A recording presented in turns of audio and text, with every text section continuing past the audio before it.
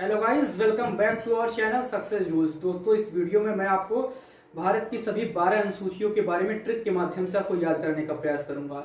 इसमें मैं कोई आपको वन लाइनर ट्रिक नहीं बताने वाला हूं, बल्कि एक अनुसूची से दूसरे अनुसूची को रिलेट करते हुए एक हम ट्रिक बनाएंगे माइंड में, और उसके थ्रू हम सारी अनुसूचियों को याद करने का प्रयास करेंगे। तो इसमें कुछ भी एक वन लाइनर मैं आपको नहीं बताने वाला हूँ, बस आपको मेरे साथ समझना है और समझते हुए हम लोग सारी अनुसूचियों को याद करते हुए जाएंगे कि किस तरीके से एक है, दो है, तीन है, ऐसे लाइन बाय लाइन एक दूसरे को करेक्ट करते हुए हम सारी अनुसूचियों को याद करेंगे। तो आइए शुरू करते हैं। तो जैसे दोस्तों, पहला अनुसूची जो है वो राज्यों के बारे में। जैसे भारत देश है, उसमें तो जो सबसे पहली अनुसूची होगी, तो सबसे पहले देश में क्या होता है, राज्य और केंद्र शासित प्रदेश, मतलब कितने भागों में देश को बांटा गया है। तो जैसे पहली अनुसूची में 29 राज्य और केंद्र शासित प्रदेशों का उल्लेख है, जो 7 केंद्र शासित है। बस आप इसको माइंड में रख लीजिए कि पहली अनुसूची, जब देश के बारे में अनुसूचियां बनाई जा रही हैं, तो उसमें पहले राज्यों का उल्लेख होगा। तो 29 राज्य और 7 केंद्र शासित प्रदेशों का उल्लेख आपको मिल जाएगा अनुसूची फर्स्ट में। अब देखिए, अब जब 29 राज्य और 7 केंद्र शासित प्रदेश हैं, तो इनको चलाने के लिए पदाधिकारी होने चाहिए, क्योंकि भाई 29 राज्य हैं, 7 केंद्र शासित प्रदेश हैं, अब उनको चलाने के लिए पदाधिकारी होने चाहिए। तो अब पदाधिकारी जो होंगे वो ऐसे तो काम करेंगे नहीं भाई, उनका भी अपना है कि वो काम करेंगे तो उनको वेतन मिलना चाहिए, तब तो वो काम करेंगे। अब क्योंकि जब हमको राज्य और केंद्र शासित प्रदेश जो चलाना है उसके लिए पदाधिकारी होने चाहिए, तो पदाधिकारियों का को वेतन भत्ता मिलेगा, तभी वो काम करेंगे। तो जो दूसरी अनुसूची है वो वेतन भत्तों के बारे में है कि वेतन भत्ते, पदाधिकारियों के वेतन भत्तों का उल्लेख अनुसूची 2 में है। अब देखिए, अब आपने पदाधिकारी रख दिए, उनके वेतन भत्ते 2 में आप डाल दिए, यानी पहले अनुसूची में केंद्र शासित प्रदेश और राज्यों के बारे में उल्लेख है, दूसरा में उनके पदाधिकारियों के वेतन के बारे में उल्लेख है। अब जब पदाधिकारी वेतन पा रहे हैं तो उनको काम भी करना है, क्योंकि भाई वो पेमेंट ले रहे हैं। अब पेमेंट ले रहे हैं तो उनको शपथ दिलाई जाएगी कि भाई आप पेमेंट ले रहे हो तो काम करोगे कि नहीं, अच्छे से करोगे कि नहीं। तो यानी तीसरी अनुसूची उनके शपथ के बारे में होगी। तो पहली अनुसूची राज्य कितने हैं देश में, बस उतना आपको याद रखना है। दूसरा है वह उनको चलाने के लिए पदाधिकारी जो होंगे, वो पदाधिकारियों के वेतन के बारे में है। और तीसरा, जब भाई वेतन आप ले रहे हो तो उसकी शपथ लो कि काम आप अच्छे से करोगे। तो अब तीसरा देखिए कैसे एक दूसरे से दूसरा रिलेट हुआ, दूसरे से तीसरे, भाई वो अब वो शपथ लेंगे। अब रही बात चौथे में, अब जब उन्होंने वो अलग अलग, हमें कैसे माइंड में सोचेंगे कि ये जब अलग अलग राज्यों में ये काम कर रहे हैं पदाधिकारी, क्योंकि पहले में राज्यों का था, तो माइंड में आप ये ऐसे सोचिए कि आप ये अलग अलग राज्यों में जब ये काम कर रहे हैं, वेतन ले रहे हैं, शपथ ले रहे हैं, तो क्या करेंगे, उन राज्यों का प्रतिनिधित्व करेंगे। क्योंकि अभी उन्होंने शपथ ले ली है, तो शपथ लेने के बाद चौथी अनुसूची आ जाएगी कि राज्यसभा में प्रतिनिधित्व करेंगे। भाई राज्यों का प्रतिनिधित्व करेंगे कहाँ पे, राज्यसभा में। तो फिर सिंपल सी बात होगा, शपथ लिया, अब वो लोग राज्यों में, राज्यसभा में, मतलब राज्यों का प्रतिनिधित्व करेंगे। ये चौथी अनुसूची में हो गई। अब देखिए, अब ये तो हो गया कि राज्यों में प्रतिनिधित्व करेंगे। अब राज्यों में प्रतिनिधित्व किनका करेंगे, जाहिर सी बात है कि सबसे पहले उनका प्रतिनिधित्व करेंगे जो थोड़े से पिछड़े क्षेत्र लोग हैं। पिछड़े लोगों मतलब अनुसूचित क्षेत्र है, जनजाति क्षेत्र हैं, उनका प्रतिनिधित्व करना चाहिए। तो उसमें क्या है, आप ऐसे माइंड में रख लेंगे कि जो 5वीं अनुसूची है उसमें अनुसूचित क्षेत्रों एवं जनजातियों का उल्लेख मिलेगा। देखिए, पदाधिकारी आपको माइंड में रखना है, यहाँ पदाधिकारियों से रिलेटेड नहीं है, लेकिन आपको बस ऐसा सोचना है कि जब राज्यसभा में राज्यों का प्रतिनिधित्व हो रहा है, तो फिर पहले प्रतिनिधित्व किसका होगा, अनुसूचित जाति क्षेत्रों का होगा। तो उसका उल्लेख आप 5वीं अनुसूची में अगले तरीके से किया जाएगा। अब देखिए, इन आपको ऐसे माइंड में रखना भी। देखिए, एक बार फिर से स्टार्ट करेंगे। 29 राज्य और 7 केंद्र शासित प्रदेश देश में हैं, तो कोई बात नहीं, यहाँ पे 29 राज्य का है, 7 केंद्र शासित। अब उनको चलाने के लिए पदाधिकारी चाहिए, पदाधिकारियों को वेतन देना पड़ेगा, तभी वो काम करेंगे। तो दूसरे में हो गया उनका वेतन पदाधिकारियों का।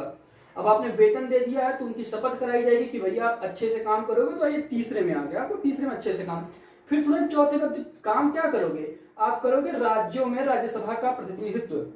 ये एक्चुअली पदाधिकारियों से संबंधित नहीं है, बस एक माइंड में आप रखिए कि चौथे में राज्यों का राज्यसभा में प्रतिनिधित्व होगा। अब जब प्रतिनिधित्व की बात आ गई है, तो किसकी प्रतिनिधित्व होगी, सबसे पहले उन क्षेत्रों का जो अनुसूचित क्षेत्र है, जो जनजातीय क्षेत्र है। यानी कि उसका अगली अनुसूची 5वीं जो है वो अनुसूचित क्षेत्र और जनजातीय क्षेत्रों से संबंधित है। अब रही बात की इन क्षेत्रों का तो उल्लेख हो गया 5वें में, तो अगला क्या होगा, उन क्षेत्रों में ऐसा आप माइंड में रखिए, उन क्षेत्रों में जो सबसे अधिक पिछड़े हैं, मतलब वो 4 नाम है 6वें में, असम, मेघालय, त्रिपुरा और मिजोरम। तो इस तरीके से आप इसको याद रख लीजिए कि असम, मेघालय, त्रिपुरा, मिजोरम, ये 4 नाम थोड़ा सा आप याद रख लीजिए कि 6ठे में अनुसूचित क्षेत्रों के बाद 4 क्षेत्र हैं जिनके जनजातियों का उल्लेख आपको यहाँ पे है। इसका ट्रिक भी आप कुछ भी बना सकते हैं। ऐसे देखिए, 2 एम नाम से है जो साउथ में है, एक इसमें सिर्फ मणिपुर नहीं है, बाकी मेघालय और मिजोरम दोनों है, और एक त्रिपुरा और असम। थोड़ा ऐसे याद कर लीजिए इसको कि जो अनुसूचित क्षेत्रों के जनजातियों का उल्लेख के बाद में ऐसे समझ लीजिए कि अनुसूचित क्षेत्रों के और जनजातियों में 4 और पिछड़े तो इनका प्रतिनिधित्व होना है, इसलिए उनके जनजातियों का उल्लेख अब 6वें में किया गया है। अब देखिए ये हो गया जनजातियों का उल्लेख।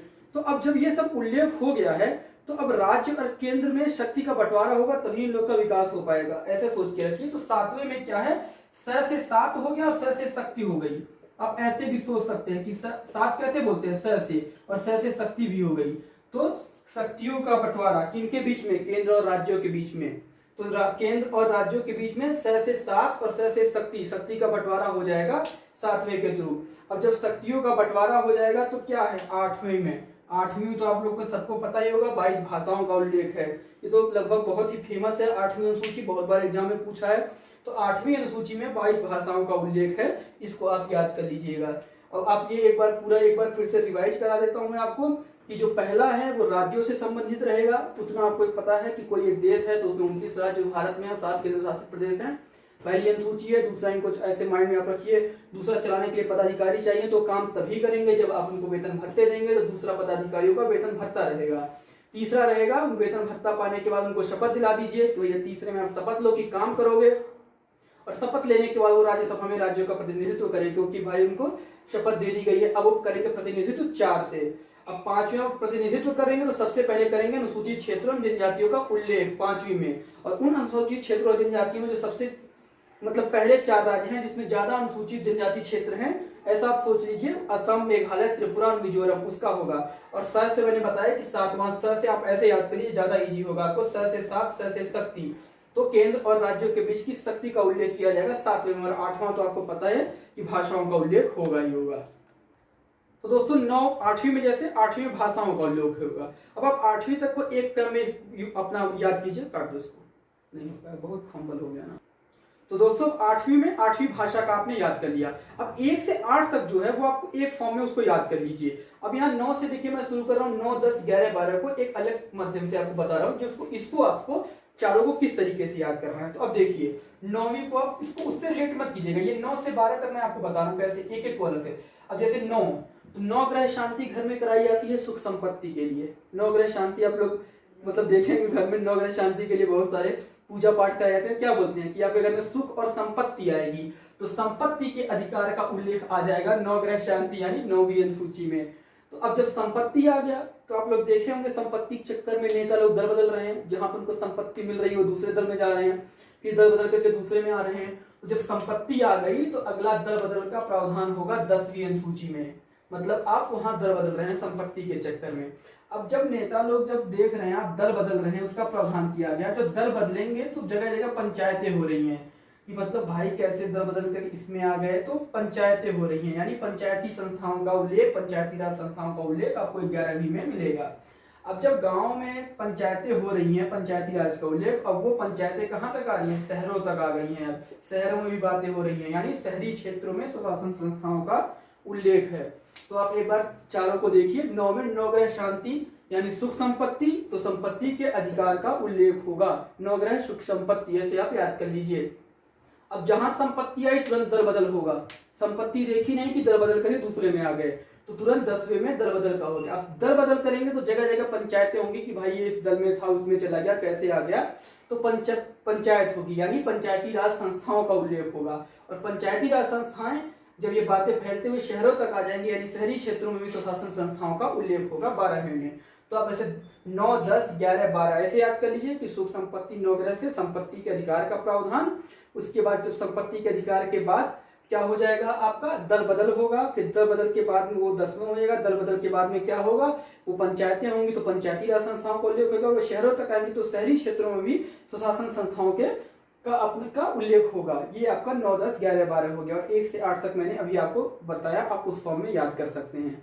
तो दोस्तों अगर आप वीडियो आपको अच्छा लगा हो तो चैनल को सब्सक्राइब कर दीजिए, वीडियो को लाइक कीजिए और अपने दोस्तों को भी शेयर कीजिए ताकि उनको भी इसका लाभ मिल सके। और अगर आप कुछ भी सजेशन देना चाहते हैं तो कमेंट बॉक्स में जाके आप सजेशन लिख सकते हैं कि हम और क्या सुधार कर सकते हैं आपके लिए, और हमें बहुत अच्छा लगेगा और हम उस पर काम भी करेंगे। तो धन्यवाद।